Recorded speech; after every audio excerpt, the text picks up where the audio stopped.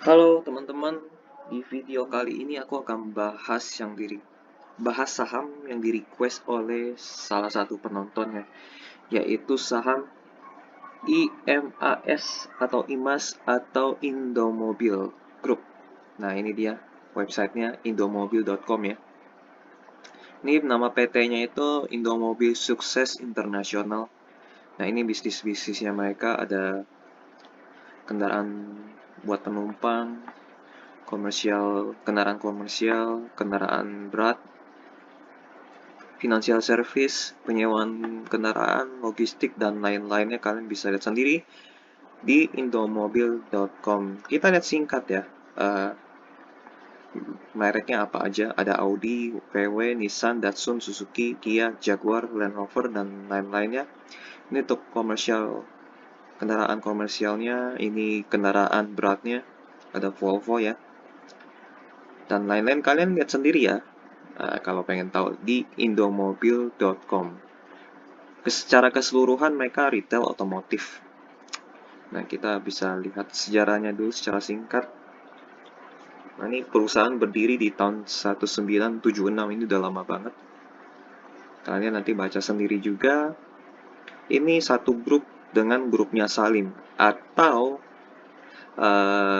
satu grup dengan, bukan grup dengan Indofood ya, tapi satu grup dengan Salim. Milik Salimnya juga. Salim punya Indofood, juga punya Indomobil juga gitu.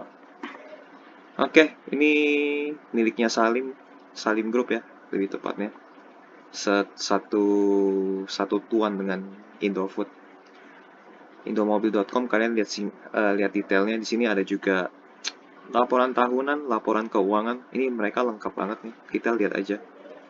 Ini dari setahun sampai 2008, ini lengkap banget. Pengumuman segala macam. Pengumumannya lumayan update ya. Ini terakhir Oktober 2022. Bermitra dengan Indomobil untuk meluncurkan merek Citroen di Indonesia. Oke, kalian lihat sendiri ya di indomobil.com. Kita akan lihat profil singkatnya di halaman idx.co.id. Ini mereka IPO tahun 93, ini udah lama banget. Nah, ini industri mereka itu ini kenapa ini? Oke, di retail otomotif. Ini khusus otomotif dari grupnya Salim. Karena ini dari grupnya Salim, harusnya tidak ada hal yang aneh-aneh. Jadi kita nggak perlu ngecek direksi dan komisarisnya. Ini satu tuan dengan Indomie ya. Jadi kita lewatin aja bagian direksi dan komisaris. Kita lihat ke bagian komposisi pemegang saham. Ini ada Galan Venture, Tritunggal Inti Pertama, Sejahtera Raya Perkasa. Ini kemungkinan 3 perusahaan ini satu tuan juga, yaitu Salim Group. Jadi kita nggak usah terlalu periksa secara detail, kan ini memang ini miripnya grupnya Salim. Masyarakat komposisinya 12%, tapi kalau kalian mau iseng lihat-lihat, boleh kalian cari di Google Search ya. Galan Venture itu di belakangnya siapa? Tritunggal Inti Pertama, Sejahtera Raya Perkasa, di belakangnya siapa? Kalian boleh iseng. Tapi ya itu aja sih, boleh iseng. Tapi kalau misalnya nggak perlu periksa secara detail, nggak masalah juga. Karena udah pasti ini miliknya Salim Group gitu. Oke, masyarakatnya 12%, ini kecil, ini poin yang aku suka. Semakin kecil komposisi di masyarakat, semakin bagus menurutku. Jadi manipulasinya semakin sulit gitu, atau semakin sulit lah lebih tepatnya manipulasi harga saham ya. Ini oke banget komposisi pemegang saham. Terus kita akan lihat laporan keuangan terbarunya, yaitu 30 September 2022 ya, yang terbaru atau paling terakhir. Oke, kita lihat bagian aset lancar. Ini semua angka di sini dikali 1 juta rupiah, berarti ini angkanya triliunan ya. Cash-nya ada 2,6 triliun, ini besar banget. Piutang juga 3,2 triliun. Ini di plus ini ya.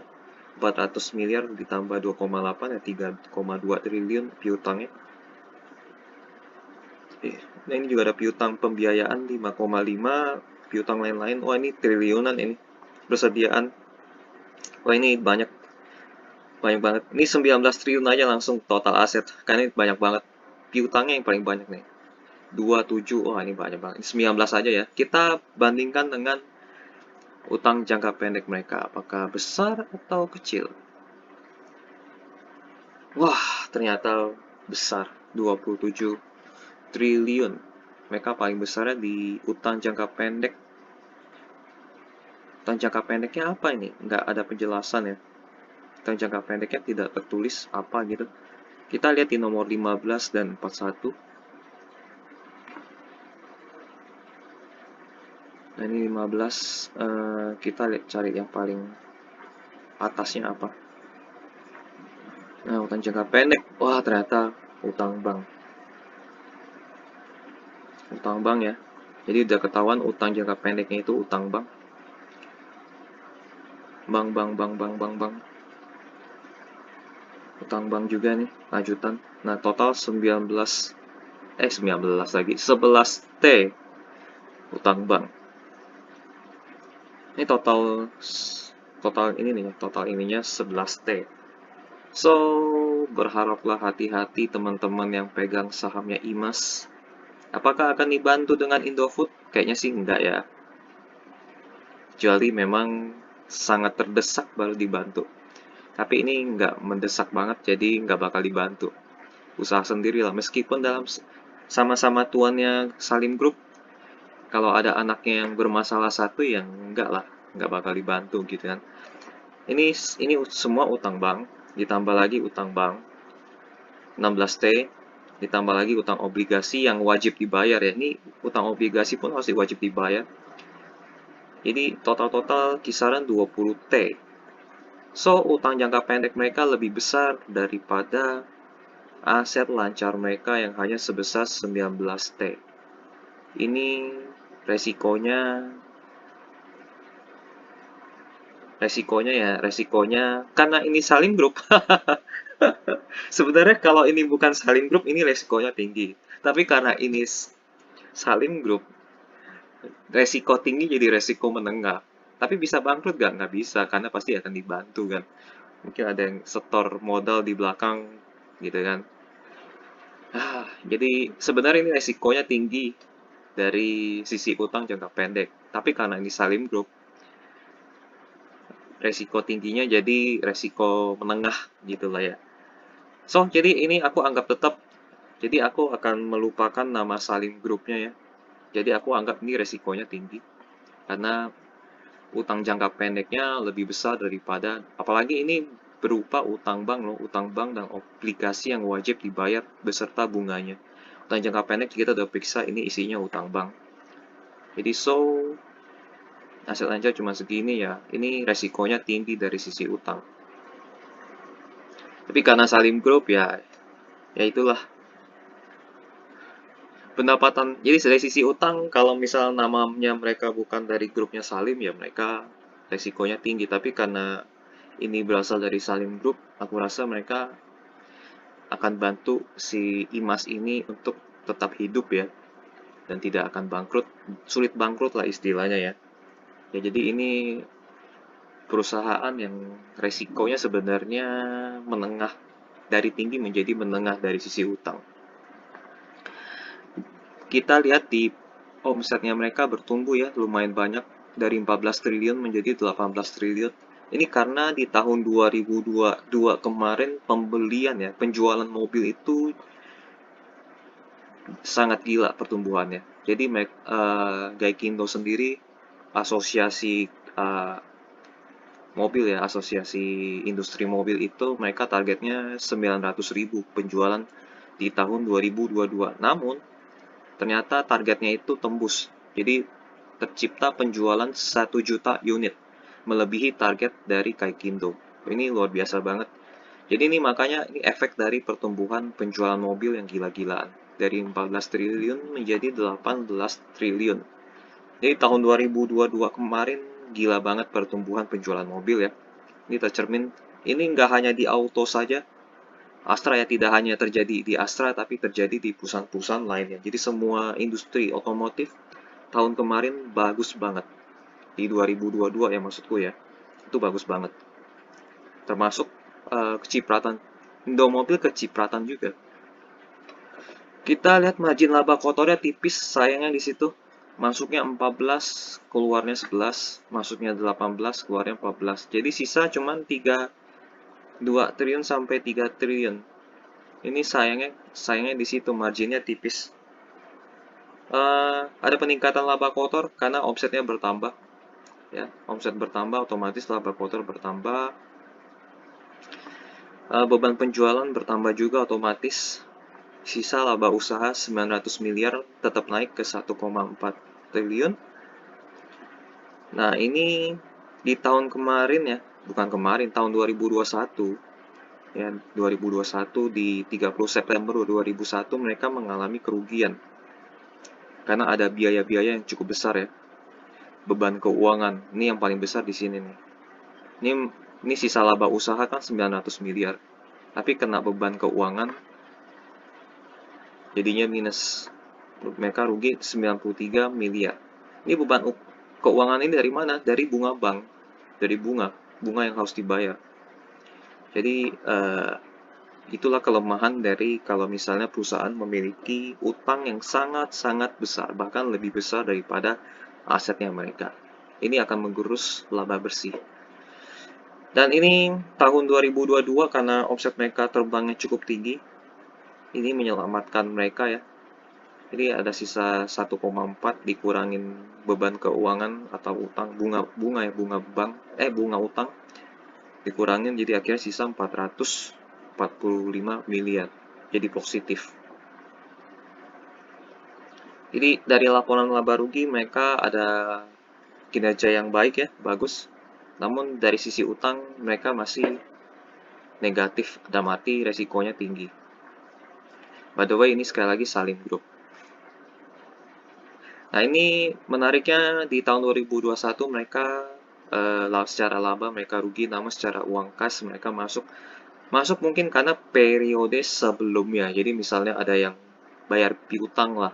Ini kan uang kas dari pelanggan kan belum tentu dari hasil penjualan saat itu, tapi hasil narik piutang. Nah, ini 19 triliun. Kita lihat ya di 2021 kan omset mereka kan tadi di bawah 19 ya harusnya ya. Nah, omset mereka kan sebenarnya 14. Harusnya uang cash masuk 14 dong. Tapi tidak begitu karena mereka ada bisnis keuangan tadi. Jadi mereka tarik piutang ya. Nah, labanya 14 tapi uang cash masuk 19 triliun. Artinya ini 14 plus mereka narik piutang gitu. Jadi uang cashnya positif.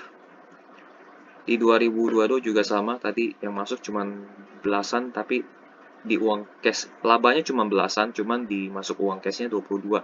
Ini hasil tarik piutang. Jadi hasilnya operasionalnya positif. Oke, good. Karena uang cash mereka terbatas, kemungkinan mereka tambah utang. Benar gak ya? Coba kita lihat. Nah, benar. Karena uang cash mereka terbatas, mereka akhirnya tambah utang. Dan utangnya bertambah loh, dari sebelumnya 25 di tahun 2021 ya, jadi 29. Karena mereka harus tutup utang pakai utang. Ini udah kayak, ini pasti utang punya. Kecuali mereka mau right issue ya, mengorbankan komposisi ini nih, masyarakat jadi lebih banyak. Itu salah satu cara melepas utang. Tapi kan right issue untuk bayar utang kan secara etika nggak benar sebenarnya. Oke lah ya, jadi overall kinerja kuartal 3 mereka oke, bagus dari sisi laporan laba rugi. Tapi kalau kita lihat dari sisi utang mereka lumayan berbahaya. Sekali lagi ini Salim Group berbahaya jadi tidak berbahaya karena dibantu. Tapi nggak tahu mereka mau bantu apa enggak. Meskipun induknya sama Salim Group. Tapi aku anggap ini sebagai perusahaan yang berbahaya, potensi berbahayanya tinggi karena utang jangka pendeknya sangat besar. Kita lihat di bagian kinerja tahunan mereka ya. Jadi aku catat dari 2007 sampai 2022. Ya, dan memang mereka mengalami kesulitan di arus kas ya. Karena ini margin mereka tipis. Margin laba kotor mereka tipis. Masuknya 18, keluarnya 14. Sisa cuma 3 triliun aja.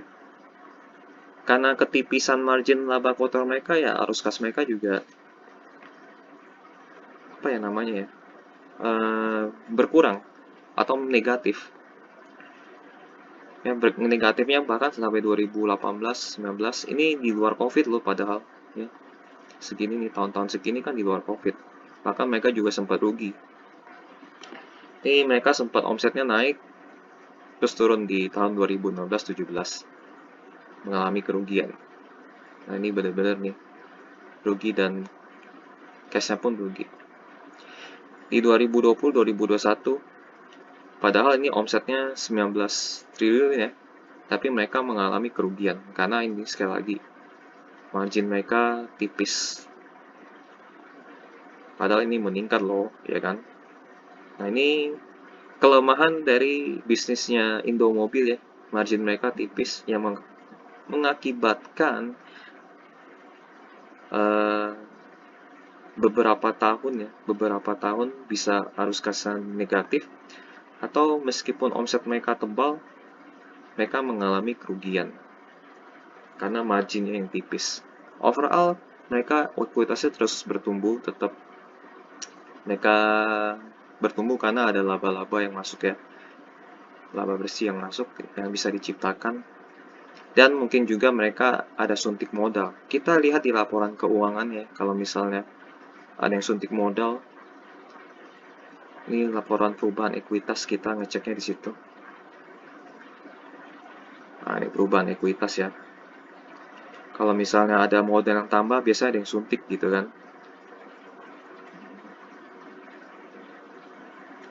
Nah, ini pakai bahasa Inggrisnya aja. Ini ada tambahan nih, to non-controlling interest. Ini pendapatan ya. Ini saldo ekuitas di 2020. Nah, ini kerugian. Kalau kerugian nanti ekuitasnya berkurang. Kalau ini dividen yang bayar, ekuitasnya berkurang. Ini ada tambahan nih. Ini juga ada tambahan. Ada pendapatan lain nih. Other comprehensive income. Ada pendapatan lain. Nah, ini laba rugi komprehensif lainnya, penambahan kepentingan non-pengendali. Jadi, meskipun mereka mengalami kerugian, ekuitas mereka bertambah dari 12,7 triliun menjadi 12,8 triliun. Karena ada dua ini, pendapatan komprehensif lain dan tambahan modal 63 triliun. 63 miliar, bukan triliun. 63 miliar, 153 miliar. Nah gitu, jadi meskipun mereka mengalami kerugian, ekuitas mereka bertambah dari akun-akun lainnya lah ya. Ada modal yang dimasukin, ada pendapatan lain, dan segala macamnya. So, ekuitas mereka tetap bertumbuh. Tapi kalau aku lihat banyak merah-merahnya di sisi laba bersih dan arus kas operasional, itu membuat aku kurang tertarik ya dengan kinerja tahunan mereka. Nggak bersih lah ya. Nggak bersih dalam arti banyak lubang-lubangnya ini di laba bersih dan arus kas. Dan ini omset mereka pun naik turun. Mereka sempat paling tinggi omsetnya di 2013, yaitu 20 triliun. Dan turun sampai di 2017, lalu naik kembali. Nah, kemungkinan ini bisa tembus 20 triliun lagi di 2022. Karena ada penjualan otomotif yang terbesar sepanjang masa di tahun 2022. Gitu. Ya, akibat ini bisnisnya kurang menarik karena margin yang seperti aku bilang tadi, margin mereka tipis. Ya, ini marginnya tipis banget. Ya, ini bikin mereka banyak yang loss di arus kas dan laba bersih gitu. Ya, overall aku kurang suka sih dengan ini laporan kinerja tahunan mereka. Kurang menarik bagi aku pribadi ya gitu. Terus kita lihat dari sisi valuasi, di harga 845 menghasilkan PE ratio 7,54 kali, PVBR yang 0,3 kali, dividen yield 0,47%. Meskipun mereka mengalami utang yang cukup banyak, mereka masih mau bagi dividen. Yang ini membuat aku kayaknya, kayaknya nggak oke nih. Mereka utangnya banyak kan, tadi kita lihat sendiri utangnya banyak, tapi mereka masih mau bagi dividen. Ini sih menurut aku nggak oke banget ya. Dari Indomobil, meskipun valuasi mereka murah, ya memang sepantasnya dihargai murah karena harus mereka banyak. Kadang-kadang bolong, kadang-kadang ada, kadang-kadang bolong. Laba bersih pun juga sama. Padahal omsetnya mereka capai juga cukup tinggi. Karena kinerja margin laba kotor mereka tipis. Gitu sih. Murah karena memang pantas dihargai murah. Ngerti kan maksudku kan? Kan ada murah, tapi salah harga murahnya. Karena kinerja bagus masa murah. Nah, kalau ini murah yang memang pantas dihargai murah. Ngerti kan maksudku? Itu sih. Jadi ada murah yang memang kita wajib beli murah karena ini perusahaan bagus kok dihargai murah. Itu namanya salah harga. Ya itu wajib kita beli. Tapi kalau memang sahamnya kinerjanya kayak begini kan, naik turun naik turun naik turun, ya memang dipantas dihargai murah. Itu murah sih, tapi memang pantas dihargai murah. Gitu. Oke, penjelasannya itu aja. Kita lihat di presentasi mereka, paparan publik atau public expose ya, di Juli 2022 tahun lalu. Kita lihat mereka mau presentasi apa aja. Nah, ini keuangan, ini pendapatan. Mereka paling banyak di kendaraan bermotor 42%, suku cadang 17%, nomor 2 ya suku cadang, sewa kendaraan dan logistik, jasa keuangan, bahan bakar, pelumas, jasa servis. Ya paling tinggi tetap kendaraan bermotor. Oke. Ini yang ini meningkat besar nih di 2022. Bener kan? Kendaraan bermotor. Ini penjualan otomotif paling tinggi sepanjang masa nih di tahun 2022. Nomor 2-nya jadi suku cadang. Nomor 3-nya sewa kendaraan dan logistik, jasa servis. Oke, data-data ini kita sudah ketahui ya. Laba kotor. Tipis laba kotornya. Nah, kinerja saham. Kenapa mereka masukin kinerja saham di paparan publik? Nggak ngerti sih ya. Ini mereka sempat sentuh di harga 1.500. Mungkin tujuannya biar memberi harapan ya. Sekarang harga 800 loh. Tapi nanti akan naik ke 1.500 gitu kan. Mungkin nggak tahu ya, memberi harapan palsu atau harapan apa gitu. Tapi harusnya sih nggak perlu disampaikan. Kalau menurutku pribadi nggak perlu, mereka presentasi soal bisnisnya mereka aja. Ini belanja modal untuk kendaraan ya. Ini 2022 yang mana? Ini malah ngomongin 2021. Nah, ini 2022. Lebih banyak sekarang di kendaraan ini ya. Kendaraan yang bukan kendaraan segini. Bertumbuh sih belanja modalnya. Peristiwa penting ini masa lalu. Peluncuran produk baru. Kia. Volvo ya ini ya. Enggak hitung. Audi. Nissan ya. Datsun apa Nissan ya? Nggak kelihatan. Audi. Ini nggak tahu deh ini merek apa. Mungkin teman-teman tahu kali ya. Kia. Oke, mereka ikut Indonesia International Motor Show. Fasilitas pendanaan sindikasi, mereka banyak utang loh. Ini ya, mereka banyak utang. Kayak Indo, mereka ikutan pasti.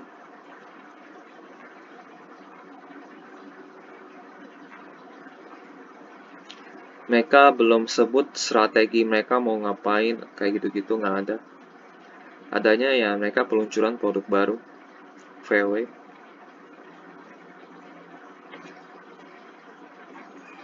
Kegiatan sosial.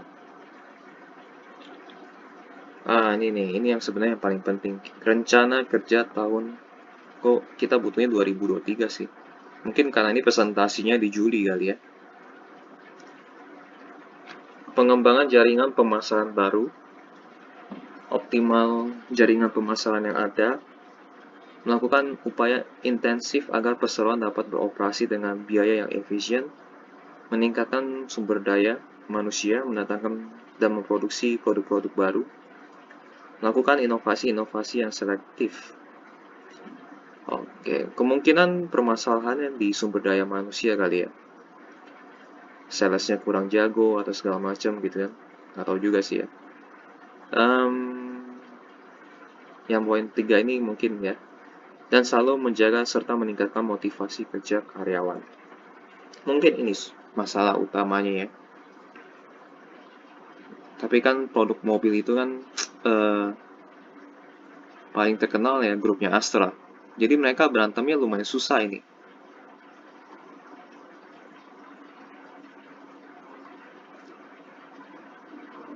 Ini kalau head to head sama kendaraannya Astra ya kalah. Jadi mereka akan mengalami kesulitan.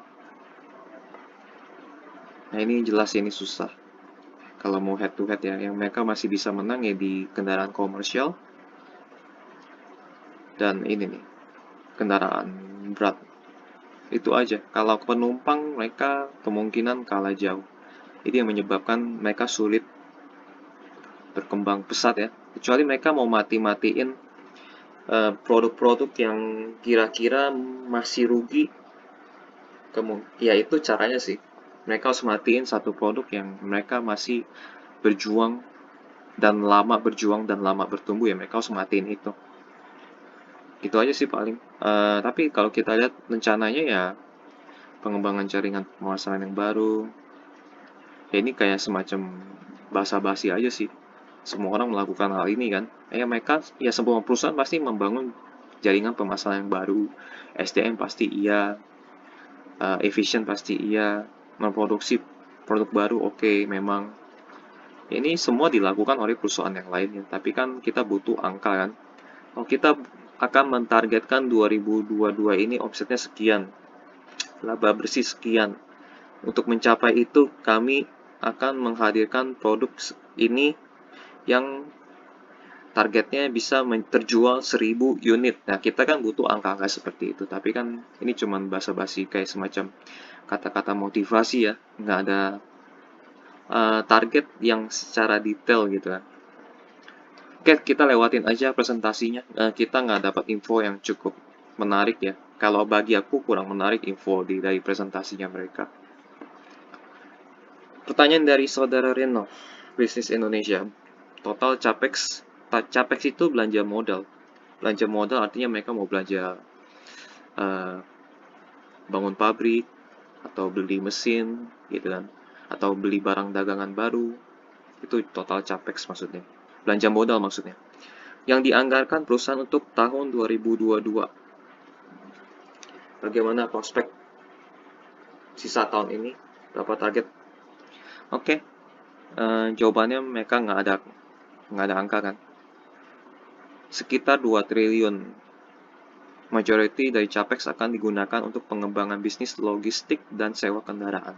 Nah ini baru nih, mungkin harus ditanya kali ya. Mungkin presentasi live-nya lebih detail ya dibanding file PowerPoint ya.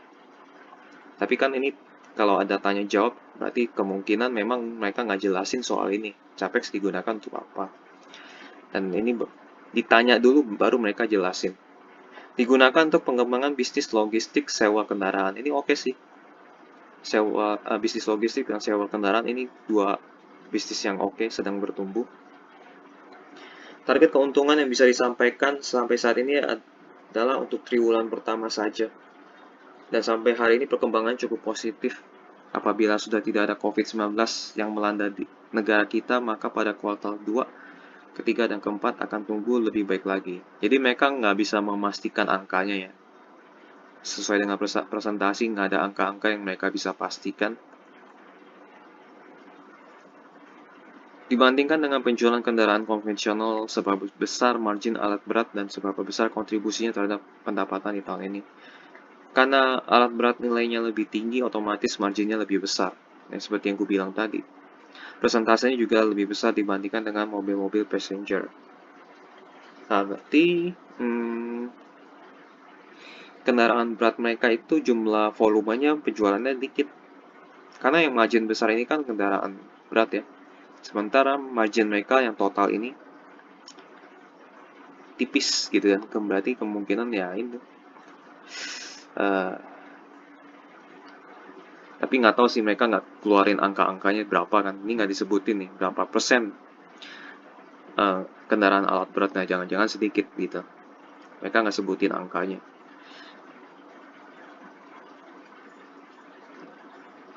Ini persentase kita lihat ya. Oh, persentase juga lebih besar dibandingkan dengan mobil-mobil passenger. Maksudnya persentase volume ya. Kalau mereka sebut persentase volume ya berarti lebih besar dari mobil passenger. Persentase margin atau volume penjualan. Kalau maksudnya volume penjualan itu bagus. Tapi kalau margin ya nggak ada artinya kan. Semoga ini maksudnya adalah persentase volume penjualan ya. Kalau persentase volume penjualan artinya bagus. Alat berat untuk tambang apa yang dijual oleh IMAS? Seberapa besar proporsinya untuk tambang batu bara? Tidak hanya tambang, tapi juga perkebunan. Porsi dari tambang batu bara cukup besar, sekitar 50% ada di tambang batu bara. Oke, ini good. Paparan pabrik ini ditutup. Oke, selesai gitu aja. Pertanyaan pun juga singkat ya. Tapi yang pasti kita udah tahu informasi yang cukup oke lah ya. Yang cukup oke, jadi mereka fokus di logistik dan sewa kendaraan. Selanjutnya, persentase, ini kemungkinan volume penjualan ya, yang marginnya lebih besar, lebih banyak dibanding mobil-mobil passenger. Karena udah mobil passenger udah pasti kalah sama grupnya Astra ya, kalah jauh. Kalah total lah ya. Ini tambang pun juga porsinya juga besar. Ya paling gitu aja sih informasinya. Next, lanjut ke informasi selanjutnya. Nah ini sejarah harga sahamnya dari IMAS, Indomobil ya. Mereka paling rendahnya itu pernah di 300 atau 400-an. Ini harga setelah stock split ya. Nah, ini kalau misalnya tidak stock split mungkin harganya bukan di ratusan tapi di ribuan. Paling rendah sekitar 200 di sekitar 300-an paling sekitar rendahnya ya. Sekarang di harganya 800 dan mereka pun paling tinggi di harga 8 ribuan. Ini kinerja paling tinggi itu di 2012. Nah, ini kinerja paling tinggi mereka. 2012 kenapa tinggi? Karena omsetnya lompat. Omsetnya lompat, tapi laba bersih mereka turun loh sebenarnya. Dan arus kas mereka minus. Jadi investor pada waktu itu di tahun 2012 lihat apanya tuh? Bisa sampai terbang begitu kan? Lihat apanya? Tapi kita mungkin bukan lihat di sini ya, mungkin yang menjelang terbang kali. Menjelang terbang itu di tahun 2010. 2010 dan 2011.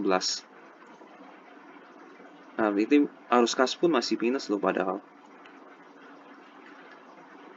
2010, 2011. Nah, ini juga masih minus. Oh, ini ada laba bersih yang terbang 100%. Nah, ini yang menjelang terbangnya ya. Jadi ada pertumbuhan laba bersih terbang sebanyak 100%. Tapi mereka melupakan arus kas yang minus. Ini omset pun tumbuh 5 triliun, cukup banyak. Akhirnya harga sahamnya terbang. Dari 2010-an, 2010, 2011. Mentok di 2012, ini mentok kan. Omsetnya tumbuh pelan, laba bersih turun. Barulah terjadi kegilaan. Sampai di 2017. Ini sampai di sini drop nih, drop 2017. 2017. Jadi kalau kalian mau harga sahamnya naik, ini tergantung kinerja omset dan laba bersih. Simple, bukan digoreng bandar, bukan dilepas, bukan istilahnya dikibulin bandar, bukan itu, karena memang kinerja mereka drop, banyak yang keluar, ya harga saham turun. Jadi kalau kalian melihat mau beli investasi saham, ya kalian harus lihat ininya, kinerja pertumbuhan omset dan laba bersih. Serta ini kalau bisa positif ya arus kasnya, jangan sampai negatif untuk arus kas. Satu kali boleh lah, misalnya 10 tahun, tapi ada selipan mereka negatif 1 tahun, mungkin karena untuk beli pabrik butuh uang cash yang banyak, itu nggak masalah. Tapi kan arus kas operasional ya, aku tulis, bukan total. Sementara kalau beli pabrik, di arus kas investasi, bukan operasional. Jadi operasional itu bisnisnya ya berarti harus positif, nggak boleh yang merah gitu. Ya itu historical harga mereka, bisa balik ke 7.000 nggak bisa sih, nggak bisa. Kecuali ya mereka bisa memastikan di 2023 omsetnya lebih tinggi dibanding 2022. Masalahnya di 2022 itu kan udah banyak orang yang beli mobil di tahun 2022. Akankah orang yang sudah beli kendaraan di 2002 mau beli kembali di 2023? Nah, itu pertanyaannya. Tapi berdasarkan tanya jawab, mereka lebih banyak uh, jual mobil ini, kendaraan alat berat ya. Nah, itu dia. Nah, orang yang sudah beli kendaraan alat berat akan beli lagi atau tidak? Pertanyaan berikutnya di situ. Agar omset mereka yang di 2023 lebih tinggi dari 2022. Itu pertanyaannya. Ada stock split juga. Ya ini sih, kemungkinan akan sulit untuk naik ke sampai 7.000 atau 8.000 lagi. Nah, ini historical pembagian dividen. Imbal hasilnya hanya 0%, kecil banget, nggak berefek. Daripada mereka bagi dividen yang nggak efek sama sekali, lebih baik mereka nggak usah bagi dividen. Bener deh, ini kayak apa ya? Dividen ini kayak nggak berarti sama sekali gitu, 0%. Lebih baik mereka nggak usah bagi dividen gitu. Dan ini pun jarang-jarang ya, kadang-kadang. Nah, ini berita tentang IMAS atau Indomobil. Kalian bisa cari di kontan.co.id, ketik aja nama perusahaan atau kode saham. Tapi saranku sih ketik nama perusahaannya. Kalau kita ketik kode sahamnya aja itu kadang-kadang beritanya malah berita tentang trading gitu, trader. Beli misalnya contohnya beli IMAS sekarang akan cuan sekian gitu kan. Kita nggak butuh berita itu, kita butuhnya berita yang kayak begini nih. Laba Indomobil sukses internasional melesat 400%, pendapatan Indomobil. Nah ini nih, kita nggak mau dapat berita yang kayak begini. Simak saran analis yang kita hindari. Jadi aku nggak mau tulis kode sahamnya, tapi aku tulis nama perusahaannya. Masuk bisnis jasa tambang. Nah ini, tapi 3 tahun yang lalu, udah lama banget. Ini yang paling baru yang 5 bulan ini. Di semester 1 atau Juni ya. Bisa nggak ketik kodenya aja? Bisa, nanti ini akan berubah. Nah, berubah beritanya. Grup Salim tancap gas bisnis otomotif. Gini rekomendasi. Nah, kita menghindari yang berita-berita kayak gini. Ini berita-berita yang suka menggoreng orang nih. Nah, makanya aku tulis namanya nama perusahaan. Oke, kesimpulan. Dari sisi keuangan ya dulu ya. Utangnya banyak banget sih. Utang jangka pendeknya terlalu banyak.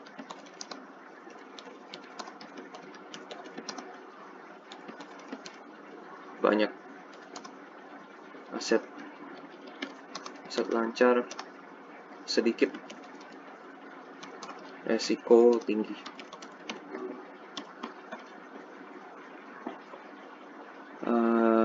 Pertumbuhan omset ya.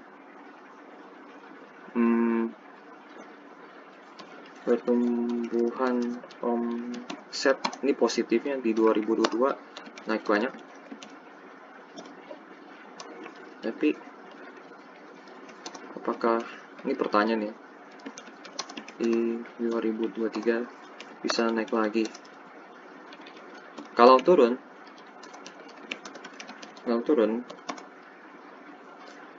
ada saham bisa turun lagi. Jadi harga saham itu mengikuti kinerja omset dan laba bersih. Negatif yang lainnya, margin laba kotor tipis ya, tipis. Ini tipis banget nih. Masuk 18, keluar 14, masuk 14, keluar 11. Sisa cuman seiprit. Dipotong biaya lainnya tambah seiprit. Bahkan di 2021 jadi minus. Sehingga membuat arus kas negatif dan kerugian. Dan kerugian.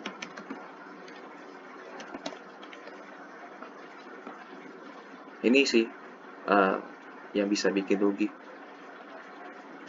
Biayanya juga tinggi. Kita lihat biaya fixnya itu tinggi nih. Beban penjualannya tinggi, administrasinya tinggi.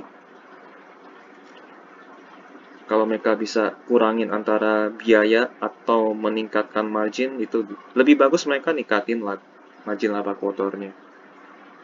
Terus ini sih kinerja tahunan kurang menarik ya.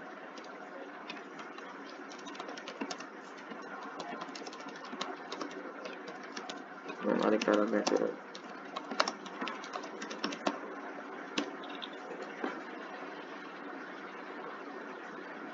tidak ada target secara angka. Ini negatif juga. Angka dalam arti mau target penjualan berapa, laba bersih berapa, atau strateginya apa gitu kan. Mereka nggak ada target secara angka gitu. Cuman hanya janji pasti besok akan naik, besok akan naik. Cuman naik berapanya kita nggak tahu. Artinya mereka kurang yakin. Kalau nggak sebut angka, artinya mereka kurang yakin. Nah, itu aja paling. Ya positifnya ya, yang paling positifnya ya Grup Salim. Jadi mereka terhindar dari, meskipun keuangan mereka beresiko tinggi ya, apakah akan dibantu oleh Grup Salim? Kemungkinan besar dibantu. Tapi nggak tahu ya kalau misalnya Grup Salimnya udah capek kan, aduh dari sekian tahun gue bantu terus kan capek juga gue gitu kan. Bisa aja begitu. So, apakah layak investasi?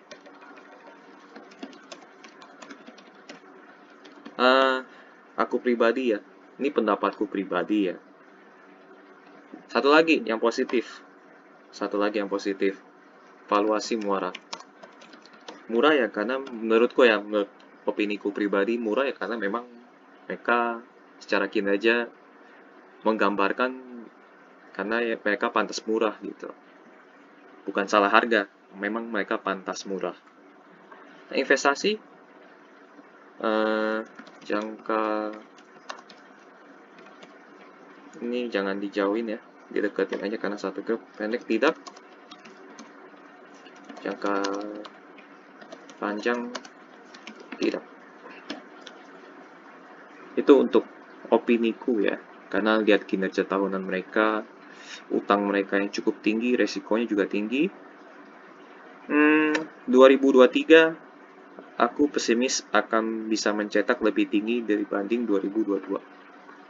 Tapi kalau misalnya 2023 bisa cetak lebih tinggi, itu bagus. Jadi penentunya harus kalau mau investasi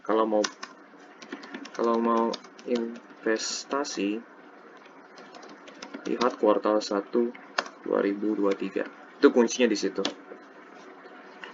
Maksudnya laporan keuangan ya.